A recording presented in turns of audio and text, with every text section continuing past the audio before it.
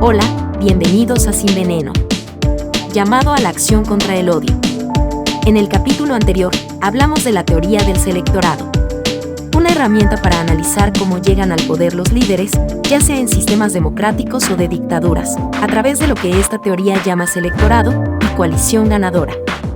En esta ocasión, hablaremos de cómo hizo el Frente Sandinista para llegar al poder en Nicaragua en el año 2007 y las estrategias que utilizó desde ese momento para consolidar el régimen de dictadura que hoy tienen en una crisis de derechos humanos a más de 5 millones de nicaragüenses. Sin más que decir, comenzamos. Primero, recordemos que el selectorado es el conjunto de personas con la posibilidad de influir en la elección de un líder, que en el caso de las democracias puede ser amplio y que está representado en los votantes, que son quienes deciden a través de elecciones quiénes serán sus nuevas autoridades o gobernantes. Y en el caso de las autocracias, este selectorado suele ser reducidos y que normalmente están representados en las élites políticas, económicas y militares. Así, los líderes, dependiendo del tamaño de su coalición ganadora, reparten beneficios públicos dentro de las democracias, a través de programas sociales o brindando mejores servicios de salud, educación, seguridad ciudadana, seguridad social, entre otros. O beneficios privados, que en autocracia se pueden presentar como pagos directos a través de la corrupción. También mediante beneficios preferentes a grupos específicos o personas, lo cual podría incluir exoneraciones fiscales, leyes especiales y otros más. Hasta antes del año 2006, en el país existía un sistema electoral de mayorías, que permitía una competencia electoral, en la que para llegar al poder, se requería obtener una mayoría de la mitad más uno de los votos válidos. También, en el mismo sistema electoral, la pluralidad era la tónica. De tal manera que llegaron a existir más de 15 partidos políticos, que por lo general participaban de los procesos de elección. Esto, por supuesto, obligaba a los líderes a proveer bienes públicos a través de políticas que beneficiaran a los grupos de votantes con tal de mantenerse en el poder. Este sistema de elección se aplicaba tanto en las elecciones generales como para las elecciones municipales, así como en las elecciones regionales, para las zonas de las regiones autónomas del Caribe Norte y Sur. Lo que reflejaba al menos la existencia de un sistema electoral democrático en el que la norma general era la participación plural de distintas fuerzas políticas. Y esto garantizaba de alguna forma un reparto del poder político más o menos incluyente, permitiendo que el selectorado real, en este caso los votantes, pudieran estar representados en las distintas instancias de poder político, tendiendo así a una mayor y mejor calidad en la representación de los electores. Pero, como todo en esta vida, las cosas cambian. Ya para el año 2000, el líder del Frente Sandinista, Daniel Ortega, a través de un pacto político con su adversario, Arnoldo Alemán, representante del Partido Liberal Constitucionalista, modificaron las reglas del juego democrático.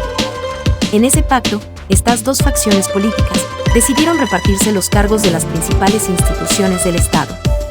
asignándose así a cada facción el 50% cada uno de las representaciones en todos los poderes del Estado. Así, tanto en la Corte Suprema de Justicia, como en la Contraloría General de la República y el Consejo Supremo Electoral, cada una de las fuerzas políticas tenía la mitad de la representación en cada una de esas instituciones, que para fines de este video, son las que hemos considerado las más relevantes.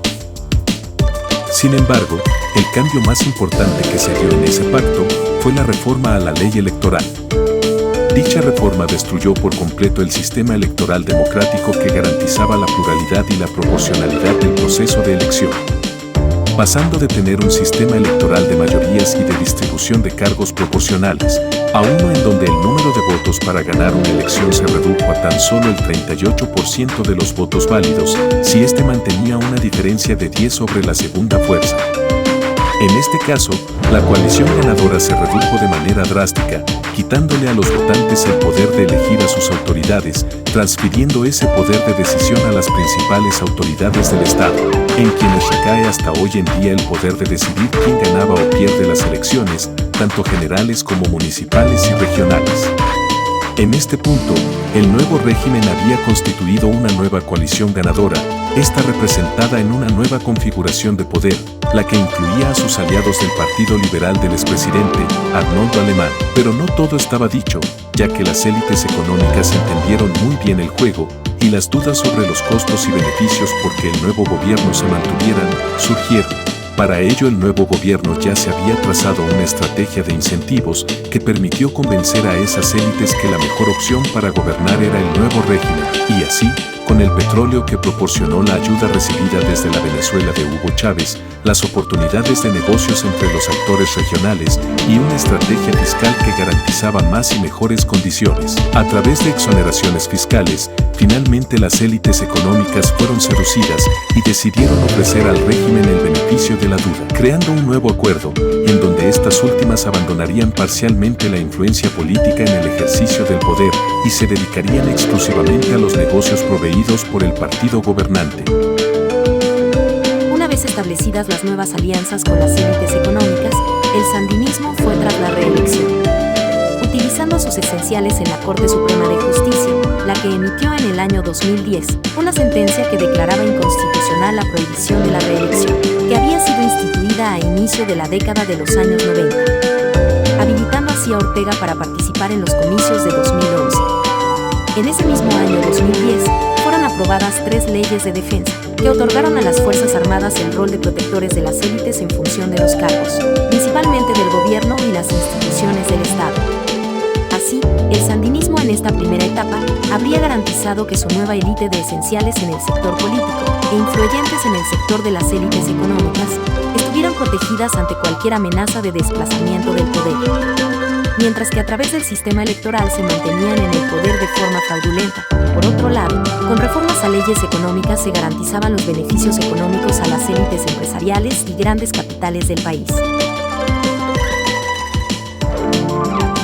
Como podemos observar, y desde el marco interpretativo que nos ofrece la teoría del selectorado, el régimen de dictadura de Nicaragua, en este punto ha logrado constituir una nueva estructura de poder político y económico, mediante una serie de reformas institucionales con las que logra aglutinar a los principales grupos de poder, entre ellos, sectores políticos representados en la Asamblea Nacional, las Fuerzas Armadas y de Seguridad, así como sectores estratégicos en la economía, tales como capitales financieros, del sector energético, agroexportadores, minas y extractivos, todos ellos beneficiados por reformas fiscales, acceso a grandes negocios, e incluso en materia de corrupción, el régimen ha permitido que sectores de la economía a la sombra se beneficien principalmente de actividades como el lavado de activos. Ahora bien, en nuestra próxima entrega y final, analizaremos cómo, a pesar del régimen de dictadura, la ciudadanía nicaragüense en el mediano a largo plazo podría construir alternativas que les permita realizar un cambio de régimen al menor costo posible, lejos de la confrontación y del odio. Nos vemos pronto.